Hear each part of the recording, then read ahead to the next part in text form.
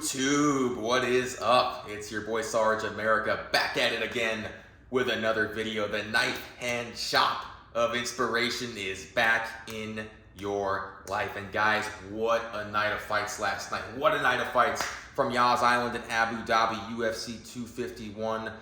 Today, guys, I am going to recap some of the highlights from the main card from a human performance perspective. I'm also going to outline what I think is next for some of the fighters that competed last night. But before I dive into that, don't forget to subscribe to this channel and give this video a thumbs up. So kicking off the main card, we had Amanda Hebus completely starch Paige VanZant with a first round armbar submission. Guys, this one kind of went, for the most part, how I expected it to go. I know I was fairly complimentary towards Paige VanZant in my preview. And don't get me wrong, this girl still has some skills. This girl can still fight. But having said that, Amanda Hebus, she's not here to mess around. She's here to be a world champion. And I think, and I alluded to this in the video yesterday, you know, Paige has become such a huge star, such a huge, you know, celebrity, that I think her head is not 100% dialed into fighting anymore. You know, this was the last fight of her UFC contract. She was kind of betting on herself. Obviously the bet did not work out, and now, you know, I think she's lost the leverage in contract negotiations with the UFC, and we'll see, you know, if Bellator or One Championship is going to sign her to a big deal or not, or if Paige decides to just step away from fighting, maybe look into a career in acting, or, you know, something outside of fighting. But I don't think her head is there anymore. And Amanda Hebus, this girl, her head is there. I love this girl's energy. I mean, she won over the masses last night with her post-fight interview. Just the level of excitement she has to be there and what she's looking to do in her career. So I think the world of Amanda Hebus. I see somebody that has so much potential to be a world champion. Her potential is absolutely limitless. And I know she's looking to drop back down to 115 pounds. A lot of good options for her in the strawweight division. I'm not quite sure off the top of my head who I would put her up against next, but guys, her energy and her attitude this is what sets this girl apart. When we talk about human performance, guys, attitude is everything. And this is a girl that not only has a great attitude, but she has infectious, positive energy within her. And this is somebody that truly enjoys what she does. And guys, if you mix all of those things together, that's what separates the good athletes from the great ones, the good fighters from the great fighters, right? The average fighters from the champions. So I see so much potential in this woman, and I am looking forward to seeing her progress in her UFC career. So next up, we had a banger of a fight between Rose Namajunas and Jessica Andrade. And man, let me tell you something. I said it yesterday, I'll say it again. Rose Namajunas has not reached her full potential yet, and that's a scary thought, right? This is a girl that was a world champion, right? That beat Joanna Jędrzejczyk twice. But I still look at her and I see somebody that is not even there yet, hasn't even crossed the surface level of what they could be. And we saw some of that last night. Guys, she looked outstanding. Her jab was up. She was peppering Andrade with that jab, keeping her at bay. And just, you could tell she had that look in her eyes, like, I'm not losing this fight. I am not losing this fight. She left it all out there. Both ladies did. Andrade is a very, very difficult opponent to deal with. And she had her moments as well. I did think that Rose won, if not all 3 rounds, at least 2 rounds to 1. I might give Andrade at least one of those rounds, but a little surprised that it was a split decision, that some of the judges actually thought Andrade won. That was a little surprising to me.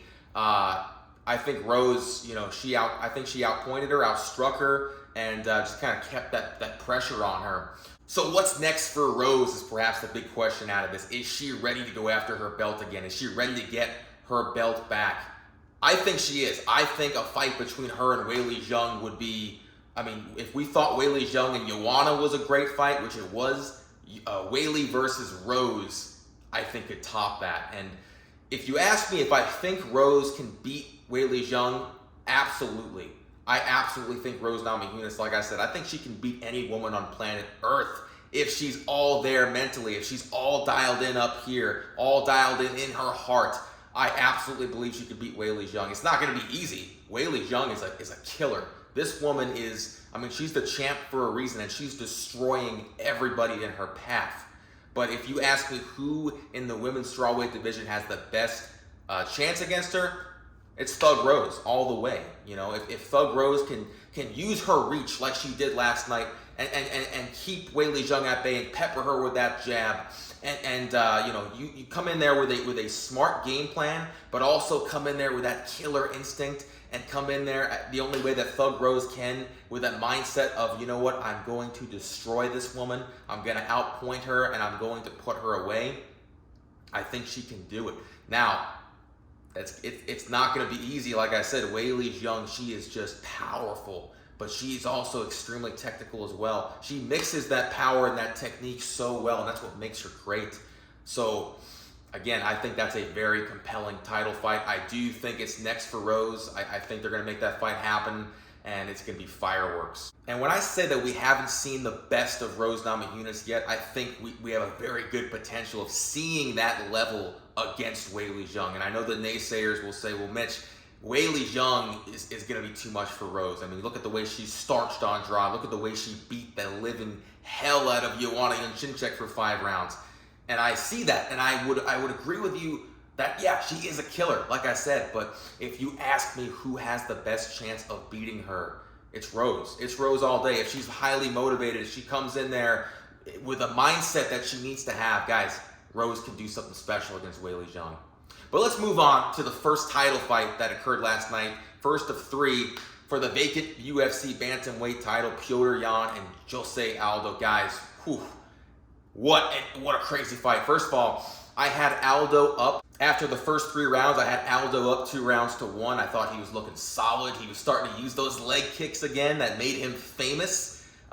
Which, let's talk about that, because, you know, Aldo, we think back to the old WEC days when he was first rising up, and he was known for those leg kicks. He was known for just dismantling guys with his leg kicks. And then over the years, he kind of adapted more of a boxing style, which was, you know, he was effective, and he has very good MMA boxing, but it was nice to see him go back to the leg kicks. He started to look like the Jose Aldo of old.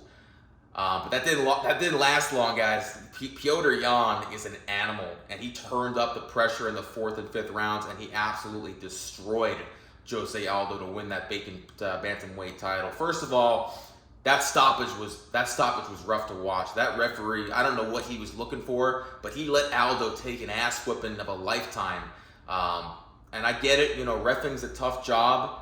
If you stop it too soon, you get criticized. If you stop it too late, you get criticized. I'd rather you stop it too soon than too late, because it's tough to watch these guys take unnecessary punishment. Obviously, it's a guy in Jose Aldo who's been around for a while, who's been in some wars. So, you know, it was kind of tough to see that. But, man, hats off to Petyr Yan. Again, this guy is an animal.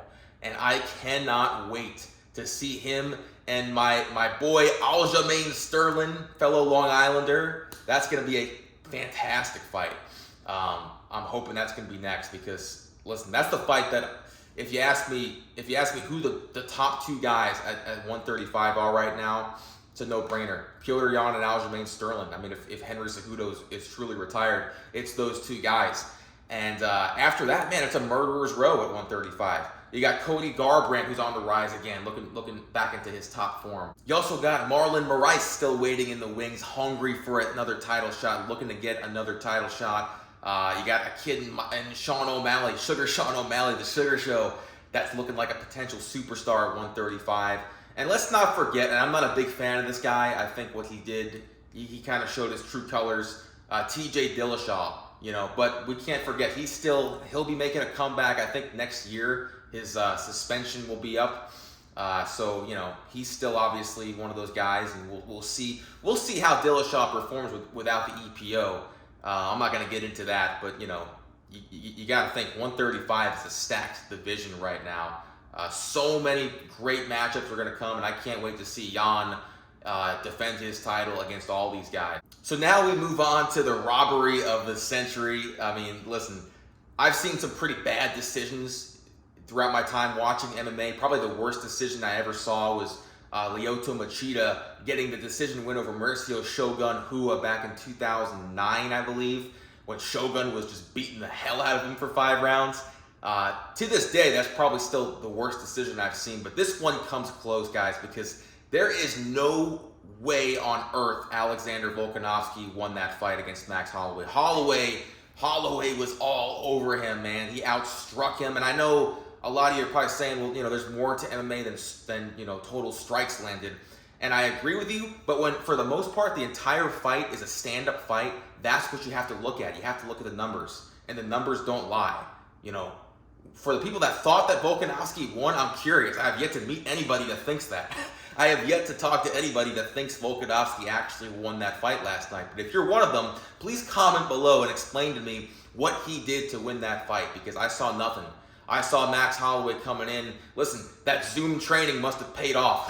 that training over Zoom must have done something, because he was lighting Volkanovski up. And obviously, sure, it was a 5-round fight. He wasn't completely dominating him, but he did, in my opinion, he did well enough to win, way more than enough to get his title back. So I just could not believe when they were reading off the judges' scorecards, and it was looking like it was going to be a split decision. I was like, there's no way that they're going to give this to Volkanovski. And sure enough, they did. For the weirdos out there that keep saying that, in order to win a title, you got to beat the champ, you got to finish the champ, your logic continues to make no sense. Because if that was the case, then Max Holloway would still be the champion. Because Alexander Volkanovski, when they first fought in December, I thought he won that fight, don't get me wrong. I think Volkanovski clearly won the first fight, but he didn't finish Holloway. He didn't clearly dominate Holloway. So if we're using that logic to say, oh, you got to finish the champ, or you got to totally destroy the champ in order to get the title, guys, that's not how it works. You score the fights round by round, a 10-point must system, and that's how it works. That's how it's always worked. I'm so sick of people saying, oh, you got to beat the champ, but then they will completely disregard, decisions that happen the other way. It makes no sense. We got to stop saying that, guys. You judge these fights round by round, and when we do that, Max Holloway won last night. There is no other way to convince me that Volkanovski won, because again, show me. Put your comment in and explain to me what he did to win that fight. I'm very, very curious. Now, having said that, guys, are we going to do an immediate rematch again? I don't think so. It's a tough sell, especially when you got a guy in Volkanovski who's 2-0 now over Holloway. The judges thought he won the fight last night. It's a tough sell to do a trilogy when you have a guy that's won twice. I do think we will see that third fight soon. I don't think it's going to be immediately. I think what's next for Volkanovski is we're going to see him fight the winner of Yair Rodriguez and Zabit Magomedsharipov. And listen, the winner of that fight, whoever it is, that's going to be a tough fight for Volkanovski as well. I know I said yesterday that, Volkanovski and Holloway are the two best guys at 45, and I still stand by that. I still think, they're going to, like I said, whoever won that fight yesterday was going to hold the title for a long time. I still believe that, but Yair Rodriguez, especially Zabit, those two guys are going to be, they're going to be tough. They're going to be a tough opponent for Alexander the Great, and I can't wait to see it. So I think that's next for him. And then, you probably have Holloway maybe fight somebody like the Korean Zombie, somebody like that. He gets another win, and then you can do, you can match those guys up again for the third fight. So then we had Usman versus Masvidal, and listen, I know everybody's all up in arms. They're criticizing Kamaru's performance. They're calling him boring. I disagree with that, guys. I think what he did was exactly what he needed to do. And I said that yesterday, even though I was rooting for Masvidal, even though I was pulling for Jorge Masvidal to pull off a huge upset, and my heart kind of sunk when I realized later in the rounds he probably wasn't going to do it. Listen, Kamaru did exactly what he needed to do, and that was dictate the pace of the fight. Push Masvidal up against the fence, wear him down. And a lot of people are saying, oh, all he did was foot stomp him for 5 rounds. Guys, first of all, foot stomps hurt like a bitch. If you've never been foot stomped before, let somebody go ahead and do that to you up against the cage, and you'll see what I mean. And listen, people are criticizing Kamaru, saying he's boring, saying they're never going to watch another one of his pay-per-views again. Guys, This guy is the best in the world at 170 pounds, and he reminds me very much of a George St. Pierre, when George St. Pierre was at the top, and everybody was criticizing him, everybody was calling him boring, but he did exactly what he did best, and that was shut guys down with his wrestling. Is it the most exciting thing to watch? No, but you gotta give a tip of the cap, to the skill level that he has. And listen, if you're upset about it, then stop it. Go ahead and stop it. And Masvidal, let's talk about his performance, because guys, he looked outstanding. Masvidal looked outstanding for a guy taking this fight on 6 days' notice. I mean, he went in there. His takedown defense actually looked pretty solid. It looked better than I thought it was going to look. It's tough to truly stuff a beast of a wrestler in Usman, but he was able to get back up a couple times, and he did have his moments. I thought he won that first round. That first round gave me some hope. I think it gave a lot of people hope. I scored the first round for Masvidal. Every other round after that was all Kamaru. And again, guys, you can sit there and you can criticize the guy, you can call him boring, but what would you want him to do? You want him to stand up the whole time with Usman and then get knocked out and lose his title? I mean, is that, I know that's what everybody wanted Masvidal to win, myself included, but from the fighter's perspective, that makes no sense, And he did stand with Masvidal for a little bit too. He would kind of get in there, he would exchange strikes just a little bit, and then he would go in there for the takedown or go in there for the clinch. And his clinch work is probably the best clinch work in the welterweight division. I can appreciate that. Again, was it the most exciting fight in the world? No, it was not. But what did you expect? I know this was a very hyped up fight. A lot of people thought it was going to be, one of the best fights of the year. I knew that this is probably how it was going to go. But just the fact that there was that little bit of a chance for Jorge Masvidal to land something to put Usman away, that little bit of chance made it exciting for me. I wasn't expecting it to be a slugfest, and if you were, you got to pay more attention to these, to these guys and their styles. Masvidal, obviously, yes, he is going to stand in there and trade strikes. Guzman is very calculated in his approach, and he used the game plan he needed to. While I was rooting for Jorge Masvidal, you got to give props to Kamaru Usman. And, listen, I would like to see these guys fight again with a full training camp, but I don't think the outcome changes much. It might be a little bit more competitive. And Masvidal, of course, that guy always has a chance. You have the kind of power that Jorge Masvidal has and the kind of killer instinct that man has. There's always a chance of him landing a flush knockout and putting the other guy away. But I think these guys fight 10 times. Kamaru's winning at least 8, if not 9 times, if not 10. That's how good he is. And I don't think there's going to be anybody that's going to stop him for a long time. I think his toughest fight was against Colby Covington. I'm not a big Colby fan, and I think, the emotions kind of got the better of Kamaru when he stood with Colby. Their wrestling obviously canceled each other out too, but neither of them tried to go for a takedown, so I don't know if it was that, if it was just two guys standing and trading. But that was Kamaru's toughest fight. I think it still would be a tough fight if those two guys had a rematch. Gilbert Burns is also a very difficult opponent, but I think Kamaru, man, this guy, he's got the willpower. He's got that willpower that makes him special. He said it best. His mind is on a different level, and because his mind is where it is, everything else is following suit. So I don't see Kamaru Usman losing that belt for a long time. I think we're looking at somebody that could potentially challenge, George St. Pierre as far as who the best welterweight of all time is. You ask that question 5 years from now, Kamaru Usman could be there. But anyway, guys, I hope you liked this video. Again, please subscribe to the channel, give this video a thumbs up, and let me know your thoughts on the fights last night in the comments below. And again, if you thought Alexander Volkanovski won last night, please explain to me how. I am very curious to hear that perspective. Boom!